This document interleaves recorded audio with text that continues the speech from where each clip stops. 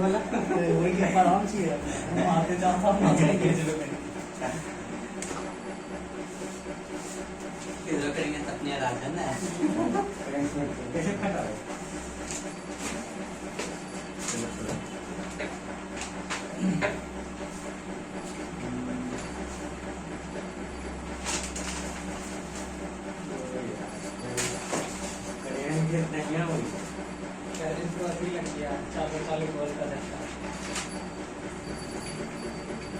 बताइए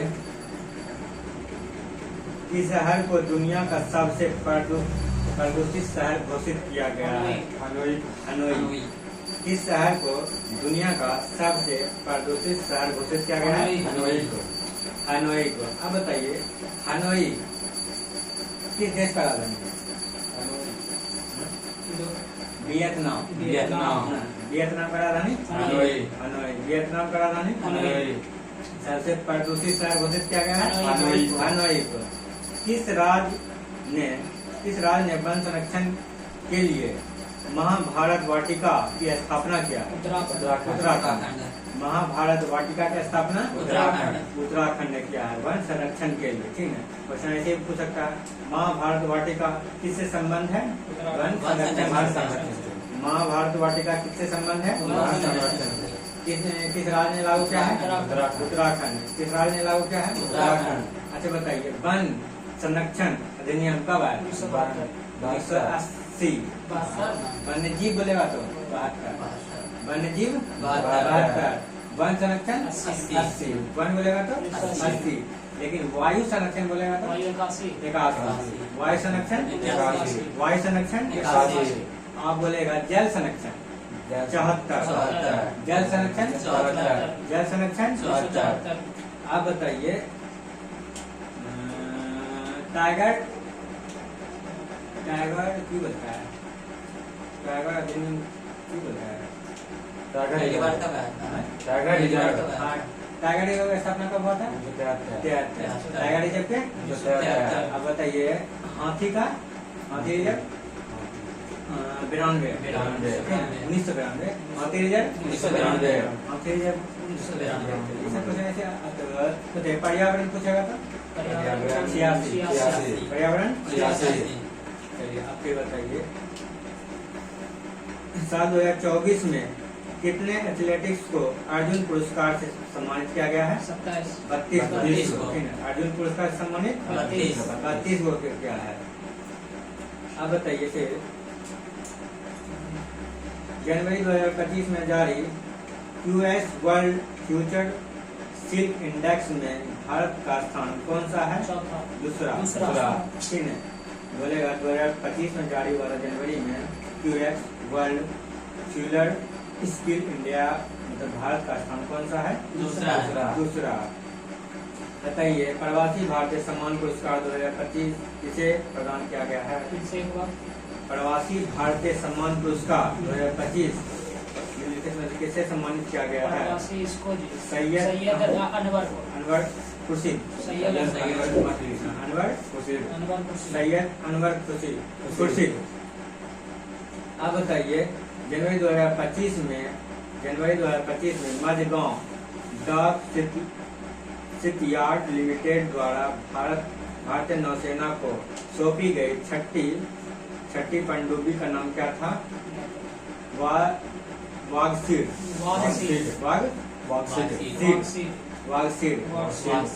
अब बताइए मझगांव डाक शिपयार्ड लिमिटेड के द्वारा भारतीय नौसेना को सौंपी गई छठी पनडुब्बी का नाम क्या था? वागसीर। अब बताइए इसरो का नया अध्यक्ष कौन था? इसरो का नया अध्यक्ष वी नारायण। इसरो का नया अध्यक्ष वी नारायण। इससे पहले कौन था? एस सोमनाथ। इससे पहले कौन था? एस सोमनाथ। अब बताइए इसरो का स्थापना कब हुआ था? इसरो का स्थापना 1969 में। अब बताइए हाल ही में आर्कियोलॉजिकल एक्सपेरिमेंटल म्यूजियम का उद्घाटन किस शहर में हुआ है? इसमें वाणनगर वार्डनगर में, आर्कियोलॉजिकल एक्सपेरिमेंटल म्यूजियम का उद्घाटन किस शहर में हुआ है? वार्डनगर। बताइए, भारत स्पेस डॉकिंग करने वाला दुनिया का कौन सा देश बना? चौथा। भारत स्पेस में डॉकिंग करने वाला दुनिया का कौन देश? चौथा देश बना है। अब बताइए, हाल ही में जारी हुआ 2025 में हेनले पासपोर्ट इंडेक्स में भारत दुनिया भर में कौन सा स्थान पाया है? 50वां। हाँ, वही हुआ। हेनले पासपोर्ट इंडेक्स में भारत का स्थान कितना? 199 देश में कम स्थान मिला? 85वां। जरूरी थोड़ा ऐसे क्वेश्चन पूछता है। बताइए, 2025 में हेनले पासपोर्ट इंडेक्स में भारत का कौन सा स्थान? 85वां। हेनले पासपोर्ट इंडेक्स में भारत का स्थान 85वां। अब बताइए, हाल ही में कौन मतलब कि मार्टिन गुप्टिल जो कि क्रिकेट से संन्यास ले लिया है, किस देश का है? न्यूजीलैंड। ठीक है। अब बताइए, गोल्डन ग्लोब अवार्ड 2025 में किसे ड्रामा के लिए बेस्ट फिल्म पुरस्कार दिया गया है? ड्रामा के लिए गोल्डन ग्लोब अवार्ड 2025 के लिए द गुड लिस्ट किसे दिया गया है? गोल्डन अवार्ड 2025 के लिए जो कि पुरस्कार दिया गया है, उसका नाम क्या है? किस क्षेत्र में दिया गया? ड्रामा क्षेत्र में। आप बताइए, कुल कितनी हस्तियों को 2025 में प्रवासी भारतीय सम्मान पुरस्कार दिया गया है? 27। कितना दिया है? 27। अब बताइए, कितने हस्तियों को 2025 का प्रवासी भारतीय सम्मान पुरस्कार 27 को दिया गया है? अब बताइए,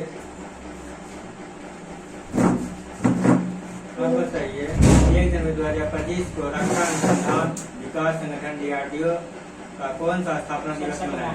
67वां। जनवरी 2025 रक्षा अनुसंधान विकास संगठन DRDO का स्थापना कब था? ये 67वां। अच्छा, बताइए, DRDO का स्थापना कब हुआ? 1 जनवरी 1958। 1 जनवरी 1958। इसरो का बोलेगा तो 1969। इसरो का 1969। आप बताइए, भारत की पहली महिला शिक्षक कौन है? भारत की पहली महिला शिक्षक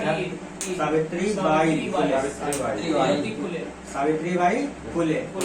इसका कम्मा जयंती मनाया गया था 194वां। आप बताइए, भारत की पहली महिला शिक्षक कौन है? सावित्रीबाई फुले। कम्मा जयंती मनाया गया था 194वां। आप बताइए, संतोष ट्रॉफी का जो कि 78वां संस्करण हुआ था, कौन टीम जीता? पश्चिम बंगाल। संतोष ट्रॉफी कौन जीता है? पश्चिम बंगाल। विजय हजारे ट्रॉफी कौन जीता था? कर्नाटक। विजय हजारे ट्रॉफी कर्नाटक। और बोले संतोष ट्रॉफी पश्चिम बंगाल। संतोष ट्रॉफी पश्चिम बंगाल। आप बताइए, 2024 के राष्ट्रीय खेल पुरस्कार में कितने खिलाड़ियों को खेल रत्न पुरस्कार दिया गया है? 4 गो। खेल रत्न पुरस्कार 4 गो। जैसे कैसे बोल सकता है, मेजर ध्यानचंद खेल रत्न पुरस्कार कितने व्यक्ति को दिया गया है? 4 गो को दिया गया है। अच्छा, बताइए, मेजर ध्यानचंद पुरस्कार का पुराना नाम क्या है? राजीव गांधी खेल रत्न पुरस्कार, जो कि 1991-92 में उसका नाम चेंज कर दिया था मेजर ध्यानचंद पुरस्कार कर दिया था। ठीक है, चलिए अब बताइए, कुल कितने बच्चों को 2024 में प्रधानमंत्री राष्ट्रीय बाल पुरस्कार से सम्मानित किया गया था? 17 व्यक्ति को। कुल कितने बच्चों को 2024 में प्रधानमंत्री राष्ट्रीय बाल पुरस्कार से सम्मानित किया गया? 17 व्यक्ति को था ना? 17। अब बताइए, पंचायत से संसद 2.0 पहल उद्घाटन, ठीक है, किसके द्वारा किया गया था? ओम बिरला के द्वारा। ओम बिरला। पंचायत से संसद 2.0 पहल का उद्घाटन कौन किया था? ओम बिरला। ओम बिरला के द्वारा किया गया था। अब बताइए 38वां राष्ट्रीय खेल मतलब मसाल को क्या नाम दिया गया? तेजस्विनी। तेजस्विनी, ठीक है। 38वां राष्ट्रीय खेलों का मसाल का नाम क्या दिया गया? तेजस्विनी। अच्छा बताइए ओलंपिक में मसाल जलाने की शुरुआत कब हुआ था? 1928 में। ओलंपिक में मसाल जलाने की शुरुआत 1928 में। राष्ट्रमंडल खेल 88 में है। राष्ट्रमंडल खेल राष्ट्रमंडल नहीं 31 में। कॉमनवेल्थ 31 में। राष्ट्रमंडल के 28 में है। 31 में। 1931 में। कॉमनवेल्थ के रंग है 1931 में। चलिए आइए पैन खत्म हो गया तो का होमवर्क जो ठीक है ठीक करा देते हैं जैसे जो लगातार दे रहे हैं ना और ये रिकॉर्ड करा देते हैं उसको करेक्ट टीम ओलंपिक हो जाए अच्छा क्लास में आयोजन कर दें और रिकॉर्ड अच्छा है ये तो बात सही है। ओलंपिक हम कॉमनवेल्थ का स्थापना पूछेंगे लाइन निकाल देते हैं ये हॉकिंस के हाँ हॉकी देखिए यही पढ़ना पड़ा है देखकर कि दूध यहाँ तक कर दिए यहाँ से ऐसे कॉमनवेल्थ पूछो ना एक कैसे आएगा दूध चैम्बर उसका कंप्लीट होमवर्क भी वही कहाँ से था यहाँ से वही दूध चैम्बर यहाँ से था नहीं जो यहाँ से कॉमनवेल्थ का स्थान ये कल ले हम कर दिए थे वही तो बोल रहे हैं कल ले कर दिए थे 11 दिनों से 31 और ये बताते हैं 11 दिनों से 31 और उनको लग दिए थे एक पन्ना ठीक है देख लीजिए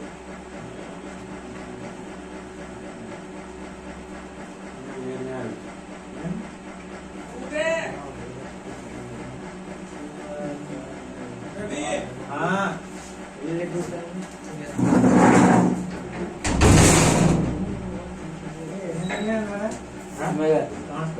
ऊपर वाला था उसके लिए मेरा अलग था कह रहे हैं बोल का किया है हम क्यों बोल तो रहे दो चैम्बर अब कंप्लीट कर दिए हैं बोले क्यों ये तीसरा चैम्बर कराइएगा जो चैम्बर हम लोग दे दिए वो रिवीजन था एक और कॉन्वर्ट वाला पीछे से रिवीजन था चलो अच्छा बता सबसे कम समय के लिए प्रधानमंत्री कौन बने थे? अटल बिहारी अटल बिहारी वाजपेयी। सबसे कम समय के लिए अटल बिहारी वाजपेयी। कितना दिन के लिए? 13 दिन। 13 दिन के लिए, ठीक है। सबसे कम समय के लिए प्रधानमंत्री कौन बने थे? अटल बिहारी वाजपेयी। अटल बिहारी वाजपेयी। देखो अटल बिहारी वाजपेयी के दूसरा बार जो प्रधानमंत्री बने थे दूसरा बार के प्रधानमंत्री की आप कार्यकाल याद कर लो का क्वेश्चन पूछता है इस समय प्रधानमंत्री को 1998 से लेके 2004 तक कौन रहे? अटल बिहारी वाजपेयी। चार को प्रधानमंत्री के नाम कार्यकाल याद कर लो। देखो पहला नंबर देखो अटल बिहारी पूछेगा तो 1998 से 2004 1998 से 2004। फिर बोलेगा इंदिरा गांधी का कार्यकाल 1966 से 77 1966 से 77। उसके बाद दूसरा बार जो आई थी 80 से 84 इंदिरा गांधी का कार्यकाल 1966 से 77 पहला बार। दूसरा बार बोलेगा 80 से 84 दूसरा बार 80 से 84। उसके बाद पीवी नरसिम्हा राव, ठीक है पीवी नरसिम्हा राव पूछेगा तो 91 से 96 1991 से 96 क्वेश्चन पूछेगा। जैसे कि देखो क्या पूछा था 73वां संविधान संशोधन किसके समय हुआ था? हाँ 73वां संविधान संशोधन कब हुआ है? 93 हुआ है। किसके समय हुआ? पीवी नरसिम्हा राव। बताइए पीवी नरसिम्हा राव का कार्यकाल 91 से 96 राजीव गांधी बोलेगा तो 84 से 89, 84 से 89, राजीव गांधी 84 से 89, राजीव गांधी 84 से 89, कोई दिक्कत? चलिए अब आइए, सबसे कम समय बोलेगा तो अटल बिहारी अटल बिहारी अटल वाजपेयी, बिहारी, सबसे कम, अटल बिहारी सबसे वाजपेयी, पहला बोलेगा तो सबसे पहला राजेंद्र प्रसाद, प्रधानमंत्री, जवाहरलाल नेहरू, ये वाला नेहरू। नेहरू। आप बताइए कौन से बता अपने जवाहरलाल नेहरू होती रहा है अटल बिहारी ठीक? अटल बिहारी बाद में सबसे कम हाँ, प्रधान 13 दिन तक। राष्ट्रपति में नहीं क्योंकि राष्ट्रपति में सबसे कम क्या है राष्ट्रपति में सबसे कम नया पता नहीं। चलिए आइए, भारत में नई संसदीय समिति का प्रणाली कब शुरू हुआ था? 1991 में। भारत में नई संसदीय समिति प्रणाली कब शुरू हुआ था? 1991 में। अब बताइए, प्राक्कलन समिति का स्थापना कब हुआ है? प्राक्कलन समिति का वो से प्राक्कलन, वो से 50, 1950। प्राक्कलन समिति का स्थापना 1950 में। प्राक्कलन समिति का स्थापना 1950। अब बताइए, प्राक्कलन समिति में कुल कितना सदस्य होता है? 30 लोग। 30 लोग। ठीक है, प्राक्कलन समिति में 30 सदस्य। देखो, प्राक्कलन समिति का स्थापना कब हुआ? 1950। 1950 में भी 0 आता है, सदस्य में भी 0 आता है। अब क्वेश्चन पूछा, प्राक्कलन समिति में कुल कितना सदस्य? 30। प्राक्कलन समिति में कुल कितना सदस्य? 30। कोई दिक्कत? लेकिन प्राक्कलन समिति में कुल 30 को सदस्य जो है, 30 का 30 लोकसभा से आता है। कौन सा आता है? लोकसभा से। क्वेश्चन पूछेगा, प्राक्कलन समिति में कितने सदस्य होते हैं? 30 सदस्य। 30 सदस्य कहाँ जाते हैं? लोकसभा। लोकसभा से। अब बताइए, प्राक्कलन समिति का जो कार्यकाल है कितना वर्ष होता है? 6 वर्ष। 1 वर्ष। एक वर्ष। प्राक्कलन समिति का कार्यकाल एक वर्ष। प्राक्कलन समिति का कार्यकाल एक वर्ष। 1 वर्ष होता है। अब बताइए, एक और क्वेश्चन पूछा, लोक लेखा समिति। प्राक्कलन समिति का जो हुआ हाँ, लोक लेखा समिति का स्थापना कब हुआ था? 1921। लोक लेखा समिति का स्थापना 1921 में। लेकिन इसमें बोलेगा लोक लेखा समिति में सदस्यों की संख्या 15 22। लोक लेखा समिति में सदस्यों की संख्या 22। जिसमें 15 को आएगा लोकसभा से, 15 को आएगा लोकसभा से। 7 को आएगा राष्ट्रसभा से। 7 को आएगा राष्ट्रसभा से। कोई दिक्कत? अब बताइए, प्राक्कलन समिति की जुड़वा बहन किसे कहा जाता है? लोक लोक लेखा समिति का। ठीक है, अब फिर से बता रहे, प्राक्कलन समिति का स्थापना 1950। प्राक्कलन की स्थापना 1950। लोक लेखा बोलेगा तो 1921। लोक लेखा का 1921। अब बताइए, लोक लेखा समिति का अध्यक्ष को मनोनीत मतलब कि नियुक्ति कौन करता है? लोकसभा अध्यक्ष। लोकसभा अध्यक्ष। ठीक है, लोक लेखा समिति की जो अध्यक्ष होता है उसे नियुक्ति कौन करता है? लोकसभा अध्यक्ष। लोक लेखा समिति अध्यक्ष नियुक्ति लोकसभा अध्यक्ष। लोक लेखा समिति अध्यक्ष नियुक्ति लोकसभा अध्यक्ष। आप बताइए, लोक लेखा समिति अपना रिपोर्ट किसे प्रस्तुत करता है? प्रधानमंत्री को। लोकसभा अध्यक्ष को। लोकसभा अध्यक्ष। लोक लेखा समिति अपना रिपोर्ट किसे प्रस्तुत करता लोकसभा है? अध्यक्ष को।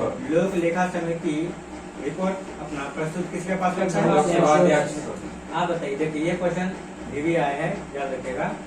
राज्यसभा का गठन कब हुआ? राज्यसभा गठन हुआ 3 मई 1952। 3 मई 1952। डेट याद रखिएगा, 3 मई 1952। 3 मई 1952। आप बताइए, राज्यसभा का प्रथम चुनाव कब हुआ? मतलब प्रथम बैठक कब हुआ? 10 दिन के बाद। 10 दिन के बाद हुआ। 13 दिन। 13 मई 1952। क्वेश्चन पूछेगा, राज्यसभा का गठन कब हुआ था? 3 मई 1952। राज्यसभा गठन 3 मई 1952। लेकिन मई होगा, ठीक है? ऐसे ही उनको लगा गलत है कि मार्च, अप्रैल, मई। अप्रैल है पूछा था लोकसभा का गठन मई, ये है 10 दिन के बाद। काट के सही कर दीजिए। राज्यसभा का पहला बैठक हुआ था 13 मई 1952। राज्यसभा का गठन कब हुआ?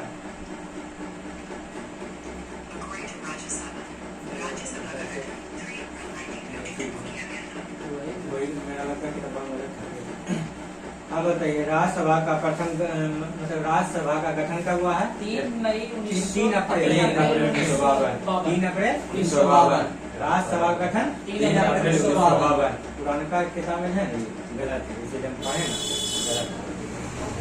अब बताइए राज्यसभा का गठन 3 अप्रैल 1952 लेकिन प्रथम बैठक कब हुआ? 13 अप्रैल 1952 मई 13 मई 1952 13 मई 1952 गठन हुआ था 3 3 अप्रैल 3 अप्रैल 3 अप्रैल के बाद मई आता है ना, अप्रैल को हुआ गठन 3 अप्रैल को, और अगला महीना 13 तारीख को प्रथम बैठक हुआ। हाँ, 13 मई 1952 को प्रथम बैठक, लेकिन गठन बोलेगा तो 3 अप्रैल 1952 आप बताइए राज्यसभा के सदस्यों का चुनाव जो होता है कौन प्रक्रिया के द्वारा होता है? विधानसभा एकल एकल संक्रमण। आप बताइए राज्यसभा के सदस्यों का चुनाव होता है किस पद्धति द्वारा? एकल संक्रमणीय एकल संक्रमणीय के द्वारा होता है। आप बताइए राज्यसभा के सदस्य चुने जाते हैं, राज्यसभा के सदस्य है कहाँ से चुने जाते हैं? वही पद्धति का पद्धति से राज्यसभा के सदस्य जो चुना जाता है राज्य के विधानसभा, राज्य के विधानसभा के निर्वाचित सदस्य, राज्य के विधानसभा के निर्वाचित सदस्य। आप बताइए राज्यसभा के कितने सदस्य प्रति 2 वर्ष के द्वारा सेवानिवृत्त मतलब कि सेवा से हट जाते हैं? 1/6 1/3 राज्यसभा के कितने सदस्य प्रत्येक 2 साल में सेवानिवृत्त हो जाते हैं? 1/3। ठीक है, जैसे कि 30 गो लोग हैं, 1/3 मतलब 10, 1/3 मतलब 10, हर 2 साल के बाद 10 लोग हट जाते हैं।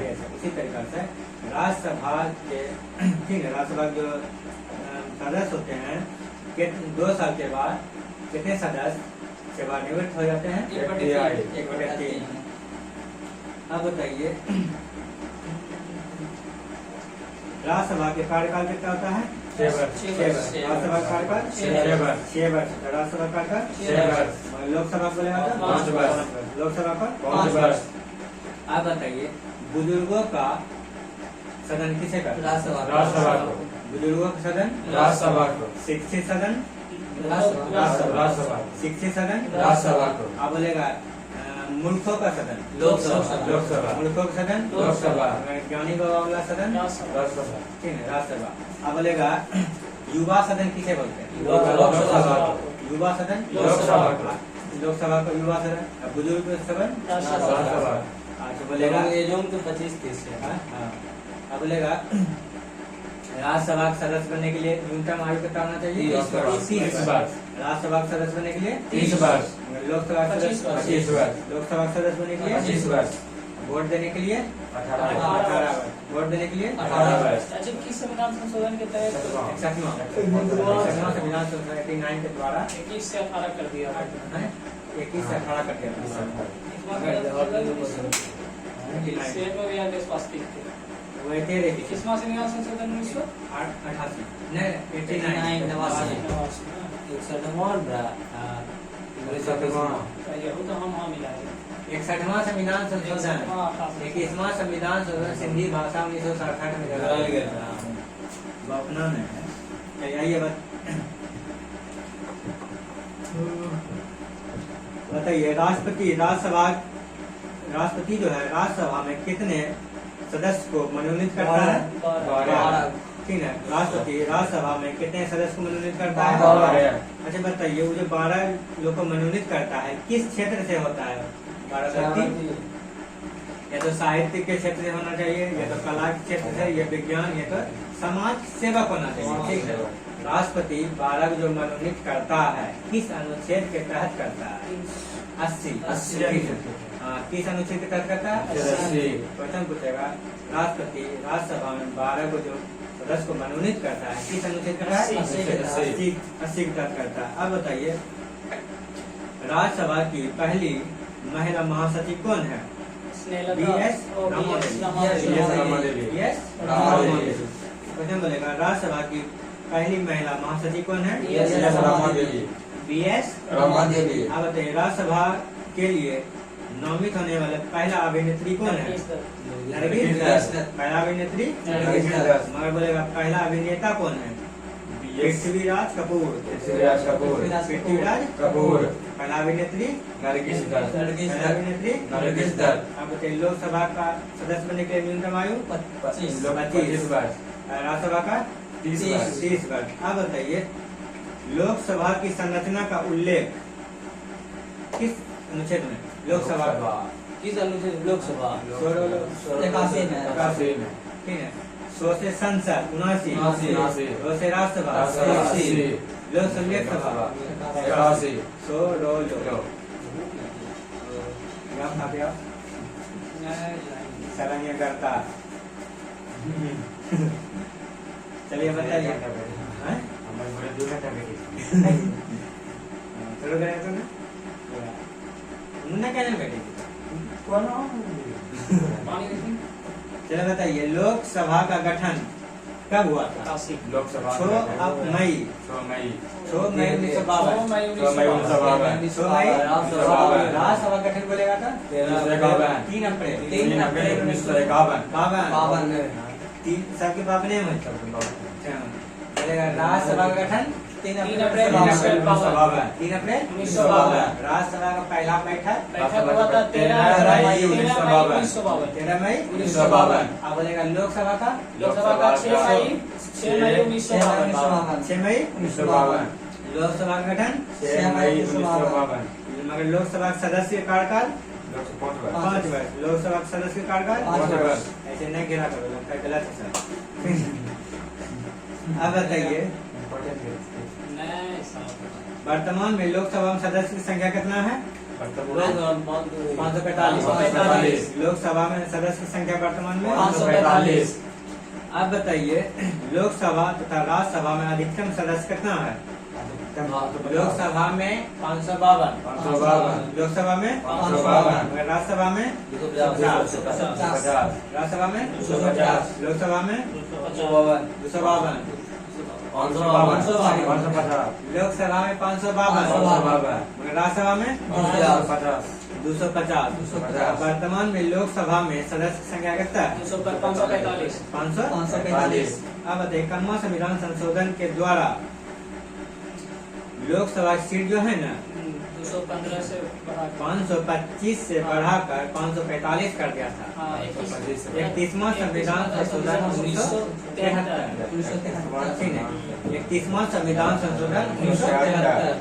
अब बताइए लोकसभा के सीटों की संख्या 525 से बढ़ाकर 545 कर दिया था। कम्मा संविधान 31वां 31 ठीक 31वां संविधान संशोधन 1973। फिर बताइए लोकसभा का प्रथम चुनाव कब हुआ था? 1952। 1952। लोकसभा का प्रथम चुनाव 1952 में, आप बताइए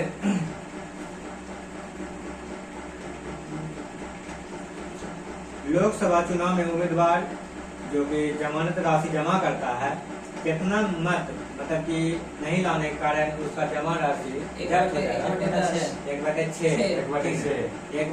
सीट नहीं लाने के कारण उसका जमा राशि जब्त हो जाएगा। अब बताइए लोकसभा के उम्मीदवारों के लिए जमा राशि कितना होता है? 25,000। 25,000, ठीक है लोकसभा के उम्मीदवारों के लिए जमा राशि 25,000। राष्ट्रपति के 15,000। अब बताइए लोकसभा अध्यक्ष का निर्वाचन कौन करता है? लोकसभा का निर्वाचन लोकसभा के सभी सदस्यों के द्वारा ठीक है। लोकसभा सदस्यों का निर्वाचन किसके द्वारा? लोकसभा के सभी सदस्यों के द्वारा होता है। अब बताइए लोकसभा का अध्यक्ष कार्यकाल लोकसभा के अध्यक्ष का 5 वर्ष हो गए। Lok Sabha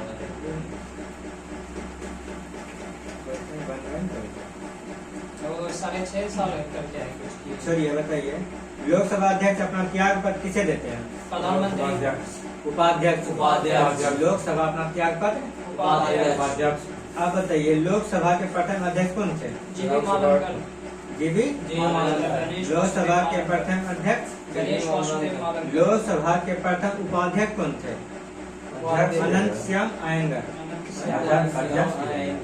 GB Mavalankar, GB GB Mavalankar, Ganesh Vasudev Mavalankar. अब बताइए लोकसभा के प्रथम अध्यक्ष जीबी मामलनकर, लोकसभा के प्रथम अध्यक्ष जीबी मामलनकर। लेकिन लोकसभा के प्रथम उपाध्यक्ष गणेश अनंत श्याम अयंगर, अनंत श्याम अयंगर। अब बताइए लोकसभा के प्रथम महिला अध्यक्ष भाई मीरा कुमार, मीरा कुमार। लोकसभा के प्रथम महिला अध्यक्ष मीरा कुमार। लोकसभा महासचिव की नियुक्ति कौन करता है? लोकसभा अध्यक्ष, लोकसभा अध्यक्ष। लोकसभा के महासचिव का नियुक्ति लोकसभा अध्यक्ष। आप बताइए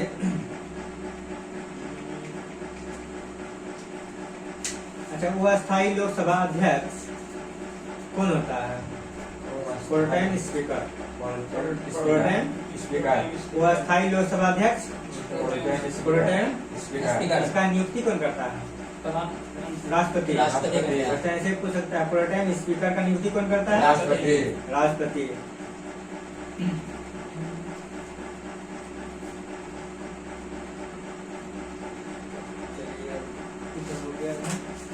कहाँ तक था रे? बस इतने था? अभी 2 दिन लग जाएगा।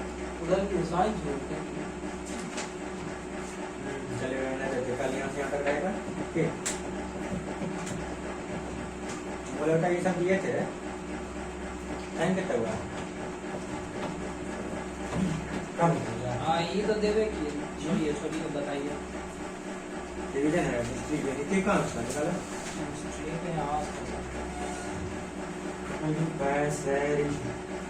रहता है सी लेना हर्षवर्धन बामभट्ट लाइए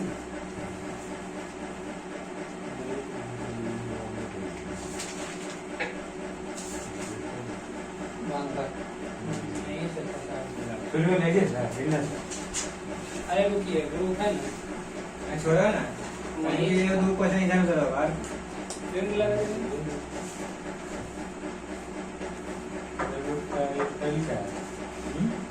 तो आदमी चलो नमस्कार। ये कौन? अरे तो समय हुआ है ना बामभट्ट ये सब नहीं हुआ अरे यहाँ से हुआ रे देखिए ले बामभट्ट से चलेगा कह रहे हैं आपको ये बनवास स्टार्ट टॉपर किताब निकाल भेजा। आज चले दूरे बताइए हरिश्चरित का लेखक कौन है? हरिश्चरित का कदम्बरी कदम्बरी। अब बताइए हर्षवर्धन के कार्यकाल में भोजराजस्व दर कितना था? 1/6। हर्षवर्धन के कार्यकाल में भोजराजस्व दर 1/6। अब बताइए भारत का अंतिम हिंदू सम्राट का नाम क्या था? हर्षवर्धन। भारत का अंतिम हिंदू सम्राट का नाम क्या था? अब बताइए संगम युग का महान शासक कौन था? करिकाल। संगम युग का महान शासक संगम युग का महान शासक संगम का अर्थ क्या होता है? कवियों की गोष्ठी या तो सभा। संगम का अर्थ क्या होता है? प्रथम संगम चाहे और तीसरा संगम कहाँ हुआ था? मदुरई। प्रथम संगम और तीसरा संगम कहाँ हुआ था? मदुरई। तमिलनाडु में हाँ ये तमिलनाडु में मदुरई में तमिलनाडु में चलिए बताइए फिर से दूसरा संगम कहाँ हुआ था? कपाटपुरा। दूसरा संगम प्रथम तीसरा बोलेगा तो मदुरई। प्रथम और तीसरा बोलेगा तो दूसरा कपाटपुरा। बताइए प्रथम संगम का अध्यक्ष कौन था? अगस्त ऋषि। तमिलनाडु। अच्छा मदुरई तमिलनाडु है ना। बोले ना प्रथम संगम का अध्यक्ष कौन था? अगस्त ऋषि। प्रथम संगम का अध्यक्ष अगस्त ऋषि। दूसरा संगम का अगस्त ऋषि। दूसरा संगम का तीसरा का नकीरत। हाँ नकीरत। तीसरा संगम का अध्यक्ष कौन था? प्रथम दूसरा का बोलेगा तो अगस्त अगस्त अगस्त के ऋषि। प्रथम और दूसरा का अध्यक्ष अगस्त तीसरा का नकीरत। तीसरा का नकीरत। लेकिन प्रथम और तीसरा संगम मदुरई। कहाँ हुआ था? मदुरई। मदुरई। प्रथम और तीसरा कहाँ हुआ? मदुरई। अगर दूसरा बोलेगा तो दूसरा कपाटपुरम। कपाटपुरम। दूसरा कपाटपुरम। अब बताइए तीनों संगमों का आयोजन किस राजाओं के संरक्षण में हुआ था? राजा पांड्य। पांड्य राजाओं के संरक्षण में हुआ था। संगम साहित्य में किस तमिल प्रदेश का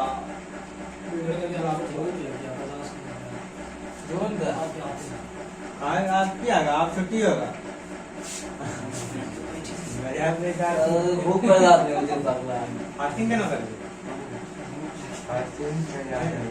अब बताइए चोल राज का प्रमुख शासक कौन था?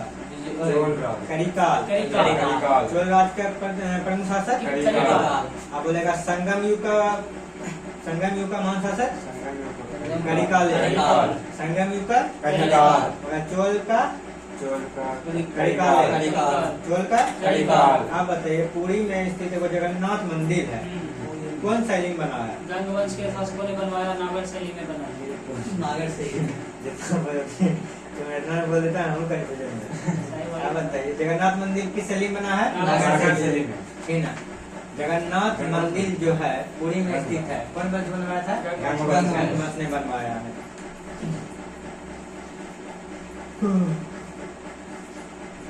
आप बताइए लिंगराज मंदिर कहाँ है? भुवनेश्वर, उड़ीसा। लिंगराज मंदिर कहाँ है? उड़ीसा। आप बताइए कौन बनवाया था? इसको कलिंगराज खारवे। ये कलिंग राजा खालवे। कलिंग राजा खारवेल। कलिंग राजा खालवे। ये कौन बनाया था? कलिंग राजा खालवे। सोमवंशी राजा ययाति केसरी ने बनवाया। जी वो वही उड़ीसा में स्थित लिंगराज मंदिर किसने बनवाया? अब बताइए उड़ीसा में कोणार्क लिंगराज स्थित मंदिर किसने बनवाया? वही है। कौन है?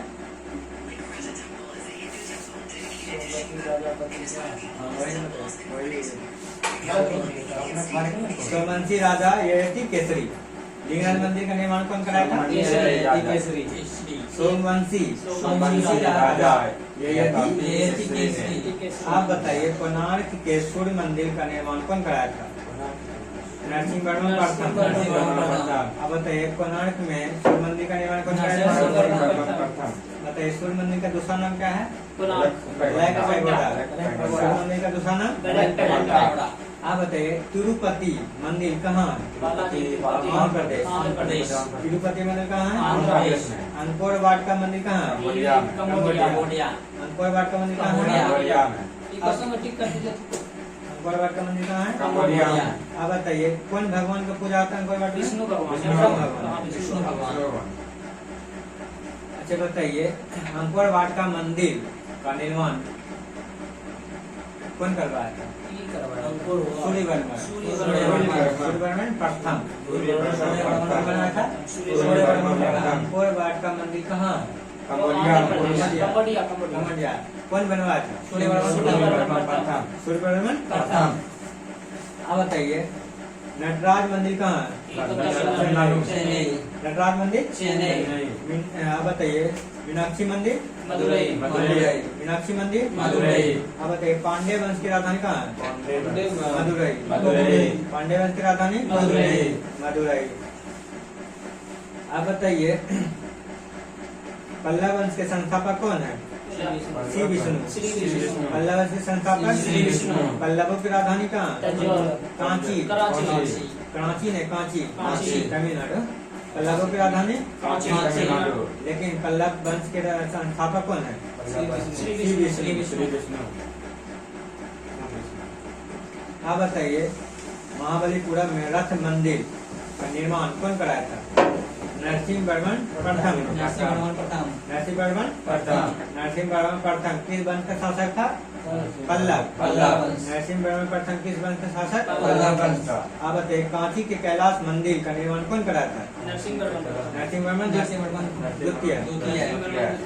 कांची में कैलाश मंदिर का निर्माण नरसिंहवर्मन द्वितीय। महाबलीपुरम के तट मंदिर का निर्माण नरसिंहवर्मन दूसरा। द्वितीय द्वितीय। कैलाश मंदिर नरसिंहवर्मन द्वितीय। नरसिंहवर्मन द्वितीय। कैलाश मंदिर नरसिंहवर्मन द्वितीय। लेकिन महाबलीपुरम में तट मंदिर का निर्माण नरसिंहवर्मन द्वितीय। द्वितीय। नरसिंहवर्मन द्वितीय। पल्लव वंश का अंतिम शासक कौन था? अपराजित। अपराजित। ठीक है, पल्लव वंश के अंतिम शासक अपराजित। यहाँ तक आने देते पल्लव होते। ठीक, चलिए यहाँ तक याद रखिएगा, पल्लव के बाद पढ़ना है। ठीक, लिखान देखिए इन्हें नहीं सकता है, यहाँ छोड़ सकता है, टाइम वहाँ पे लिखाना भी है। रेलवे लग गया लिखान देखिए ठीक है, दिखाएगा या दिखा के आएगा। बंद कर देते हैं। कॉपी है तो वो नहीं करते। पेन दीजिएगा। कॉपी है हाँ वही है वो सबसे नीचे हो